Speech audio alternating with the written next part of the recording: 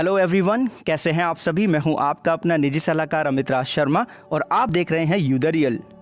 आज की वीडियो में हम Reliance Nippon life insurance company limited के लाइफ क्लासिक प्लान 2 की डिटेल को समझेंगे। तो शुरू करते हैं बिना किसी देरी के। ये प्लान एक यूनिट लिंक प्लान है, मतलब कि यूलिप प्लान है। और आपको पता है कि यूलिप प्लान में जोखिम आपका रहता है, क्योंकि आप जो प्रीमियम पे करते हैं वो आपके द्वारा चुने गए फंड के माध्यम से कंपनी उसको मार्केट में इन्वेस्ट करती है। जब प्रीमियम को इन्वेस्ट करती है तो आपको यूनिट मिलती हैं और यूनिट से आपको मिलता है फंड वैल्यू, जो आपको मैच्योरिटी पे किया जाता है इस तरीके के प्लान में।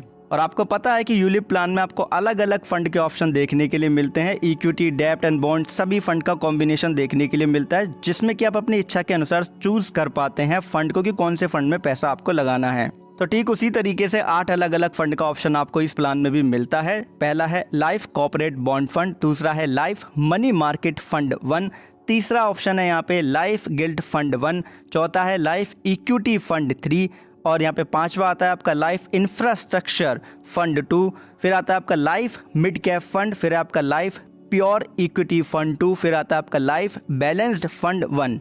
तो ये हैं वो सारे फंड के नेम। अब आगे चल के अगर कोई प्रीमियम पे करना बंद कर देता है तो ऐसे में अलग से एक फंड बनाया जाता है जिसे बोलते हैं डिसकंटिन्यू पॉलिसी फंड। ऐसे में जितना भी यूनिट होता है वो इस फंड में ट्रांसफर कर दिया जाता है, या कहें कि एक तरीके का डेब्ट फंड होता है जिसमें सारी यूनिट को ट्रांसफर कर दिया जाता है। बात करते हैं एलिजिबिलिटी क्राइटेरिया की। तो एंट्री एज का जो लिमिट है वो है 7 साल, मतलब 7 ईयर से लेकर के 60 साल तक का, ठीक है। मैच्योरिटी एज का जो लिमिट है वो है 22 साल से लेकर के 75 साल का। और जो पॉलिसी टर्म का आपको मिनिमम एंट्री है जो पॉलिसी टर्म की वो है 15 साल, मैक्सिमम 30 साल तक का पॉलिसी टर्म ले सकते हैं। प्रीमियम पेमेंट टर्म के आपको 2 ऑप्शन मिलते हैं। सिंगल पे मतलब एक बार प्रीमियम पे करना, रेगुलर पे मतलब कि जितने साल का पॉलिसी टर्म उतने साल लगातार प्रीमियम पे करना। अब बात आती है मोड ऑफ प्रीमियम की और मिनिमम प्रीमियम के लिमिट की। सालाना प्रीमियम अगर आप पे करना चाहते हो तो कम से कम 15,000 रुपये का यहाँ पे मिनिमम प्रीमियम का लिमिट है।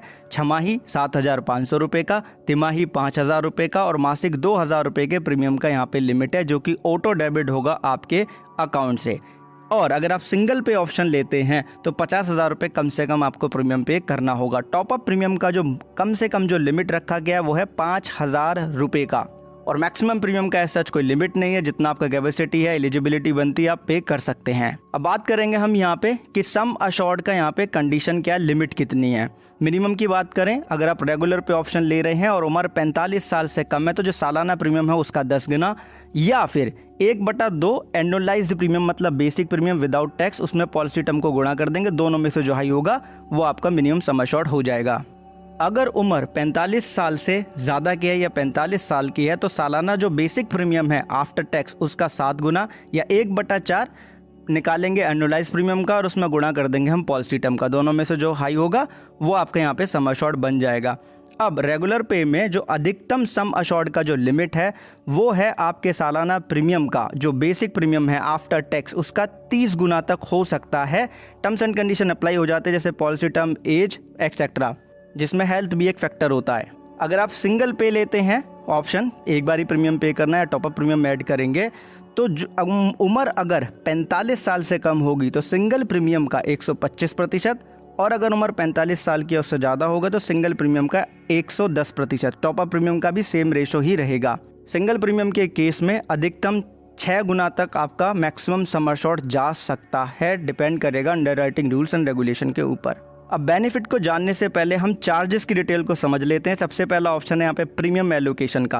पहले साल पे 8% की दर से आपका जाएगा प्रीमियम एलोकेशन चार्जेस। दूसरे साल से लेके 5वें साल तक 5.50% की दर से प्रीमियम एलोकेशन चार्जेस लगेगा।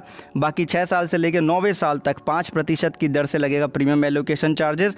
पॉलिसी के 10 साल से लेके आगे तक जितना भी पॉलिसी चलेगा 3% की दर से लग जाएगा प्रीमियम एलोकेशन चार्जेस। अगर आप सिंगल पे या टॉपअप प्रीमियम ऐड करते हैं तो 2% की दर से आपका प्रीमियम एलोकेशन चार्जेस लगेगा।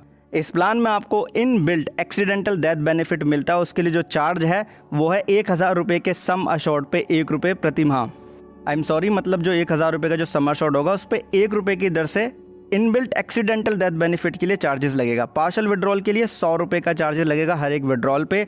पॉलिसी एडमिनिस्ट्रेशन चार्जेस की बात करें, अगर आपने रेगुलर पे ऑप्शन लिया है तो पॉलिसी के 6ठे साल से हर महीने 40 रुपये का चार्जेस लगना चालू हो जाएगा। सिंगल पे ऑप्शन लगेंगे लेते हैं अगर आप प्रीमियम पे करने के लिए, तो 40 रुपये प्रति माह आपका लग जाएगा चार्जेस एंटायर पॉलिसी टर्म के लिए। अब बात आती है यहाँ पे फंड मैनेजमेंट चार्जेस की। तो देखिए 1.25% से लेकर के 1.35% सालाना ये लगता है फंड का ही, ये प्रतिशत आपको बताया गया, जो फंड वैल्यू होगी उसका ही प्रतिशत ये लग जाएगा, राइट। लेकिन अगर पॉलिसी डिसकंटिन्यू हो जाती है तो पॉलिसी डिसकंटिन्यू होने पे जो डिसकंटिन्यू पॉलिसी फंड पे जो चार्ज लगेगा फंड मैनेजमेंट, वो है 0.5%। इस प्लान में आपको स्विचेस चार्जेस भी लगते हैं, वो है 100 रुपये पर स्विचेस, लेकिन उससे पहले 52 जो है फ्री स्विचेस आपको मिल जाती हैं। पॉलिसी डिसकंटिन्यू चार्जेस की बात करें, अगर आपका प्रीमियम 25,000 से कम का है या 25,000 है तो 1,000 से लेकर 4,000 रुपये तक का चार्ज लग सकता है। अगर प्रीमियम 25,000 से ज़्यादा का है तो 2,000 से लेकर 6,000 रुपये तक का पॉलिसी डिसकंटिन्यू चार्ज लग सकता है, अगर आप पहले 4 साल के अंदर पॉलिसी को डिसकंटिन्यू करते हैं। अब बात करते हैं बेनिफिट की। तो सबसे पहले आता है यहाँ पे डेथ बेनिफिट, क्योंकि यूलिप प्लान में यही एक फैक्टर होता है जिसको हम कंसिडर करके यूलिप प्लान को ले लेते हैं। तो यहाँ पे डेथ बेनिफिट होगा आपका सम अश्योर्ड या फंड वैल्यू या जितना आपने प्रीमियम पे किया है उसका 105%, जो भी हाई होगा वो डेथ बेनिफिट होगा।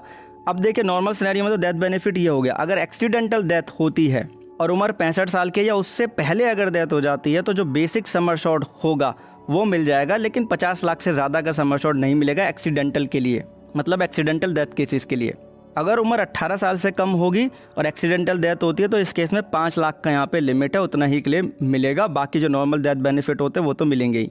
मैच्योरिटी बेनिफिट की बात करें तो आपको पता ही है, जितना भी आपने प्रीमियम पे करा उससे जो भी यूनिट बनती है उसका जो भी फंड वैल्यू होगा वो आपको मिल जाएगा। पार्शल विड्रॉल को लेकर लिमिट है, जान लेते हैं। पहले 5 साल लॉकिंग पीरियड होते हैं तो आपको कोई पार्शल विड्रॉल नहीं होगा। माइनर के लिए पॉलिसी लिए तो 18 साल की उम्र कम से कम हो जाएगी तभी पार्शल विड्रॉल ले सकते हैं, इधर नहीं। मिनिमम पार्शल विड्रॉल 5,000 रुपये का होगा, मैक्सिमम पार्शल विड्रॉल आपके फंड वैल्यू का 20% से ज़्यादा आप नहीं निकाल सकते हैं। इसी के साथ में विड्रॉल के बाद में जो बैलेंस रहना चाहिए, अगर आपने रेगुलर पे ऑप्शन लिया होगा तो आपका जो सालाना बेसिक प्रीमियम है उसका 125% बैलेंस रहना चाहिए। अगर आपने सिंगल पे ऑप्शन लिया होगा तो जो आपका सिंगल प्रीमियम है उसका 50% आपका फंड बैलेंस रहना चाहिए आफ्टर विड्रॉल।